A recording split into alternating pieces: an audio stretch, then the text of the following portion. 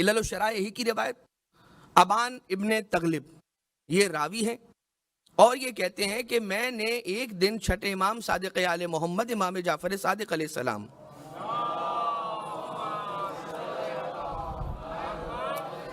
مولا سے میں نے پوچھا لما سمیت فاطمۃ الزہرا، کہ بی بی فاطمہ سلام اللہ علیہا کو زہرا کیوں کہا جاتا ہے؟ تو امام علیہ السلام ارشاد فرماتے ہیں کہ مولا ارشاد فرماتے ہیں، یا ابن رسول اللہ کہتے ہیں کہ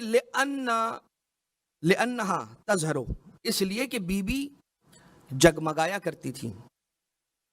ان کا نور منور ہو جایا کرتا تھا، لامیر المومنین بالنور،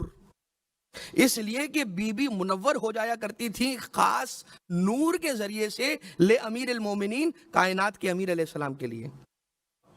اور اس نور کی کیفیت کیا تھی؟ دن میں 3 مرتبہ الگ الگ اس نور کی کیفیتیں بدلا کرتی تھی۔ جب نماز صبح کا وقت ہوتا تھا، اب مولا چھٹے امام علیہ السلام بیان فرما رہے ہیں رسول کے دور کا واقعہ، چھٹے امام علیہ السلام فرما رہے ہیں کہ رسول کے دور میں جب نماز صبح کا وقت ہوتا تھا تو مدینہ کے رہنے والے لوگ اپنے گھروں میں ایک عجیب روشنی کو محسوس کرتے تھے، جس کی وجہ سے ان کے گھر کی دیواریں سفید ہو جاتی تھیں۔ یہ صبح کے وقت کی بات ہے، فجر کے وقت کی بات ہے۔ نماز فجر کے وقت مدینہ کے رہنے والوں کے گھروں کے دیواریں وائٹ کلر کی ہو جایا کرتی تھی۔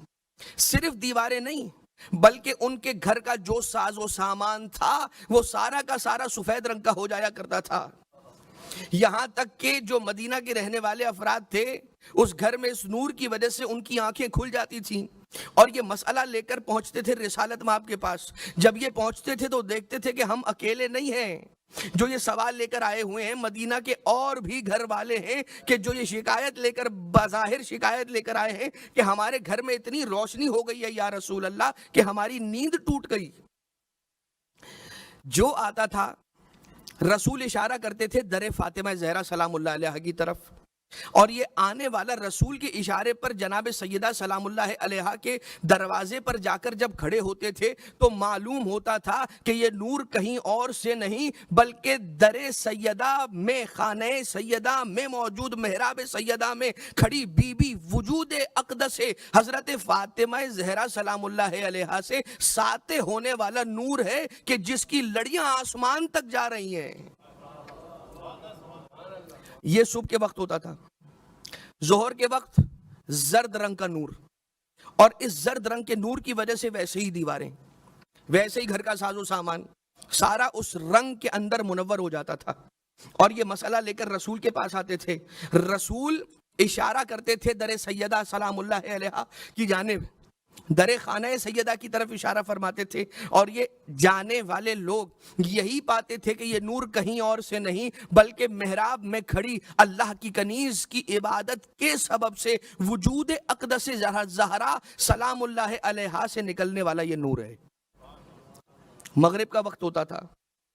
تو یہی رنگ اپنی کیفیت بدلتا تھا اور سرخ رنگ کا نور نکلا کرتا تھا، ساطع ہو جاتا تھا وجود اقدس جناب سیدہ سے، کہ جس سے سارا مدینہ منورہ منور ہو جاتا تھا،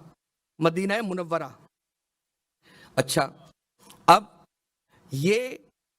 سلسلہ جناب سیدہ پر رکا نہیں بلکہ روایت یہ کہتی ہے کہ یہاں تک کہ سرکار ابا عبداللہ الحسین علیہ السلام کی آمد ہوئی اس دنیا میں، مولا کی تشریف آوری ہوئی، اور اس کے بعد یہ سلسلہ سرکار ابا عبداللہ علیہ السلام کے عبادت کرنے کے وقت ہونا شروع ہو گیا، یہاں تک کہ مولا صاحب الامر عجل اللہ تعالی فرجہ الشریف تک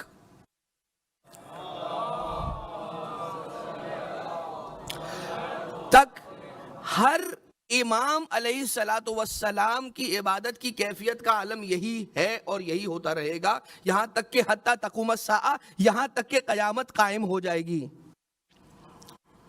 تو بس ایک جملہ مجھے یہاں پر عرض کرنے دیجئے، ہم اور آپ کون ہیں؟ ہم اور آپ ہیں کہ جو نمازیں پڑھتے ہیں، ہمارا دل منور ہو جاتا ہے، نور ایمان ہمارے قلب میں آ جاتا ہے، ہماری آنکھوں کے نور میں اضافہ ہو جاتا ہے، ہم نورانی ہو جاتے ہیں،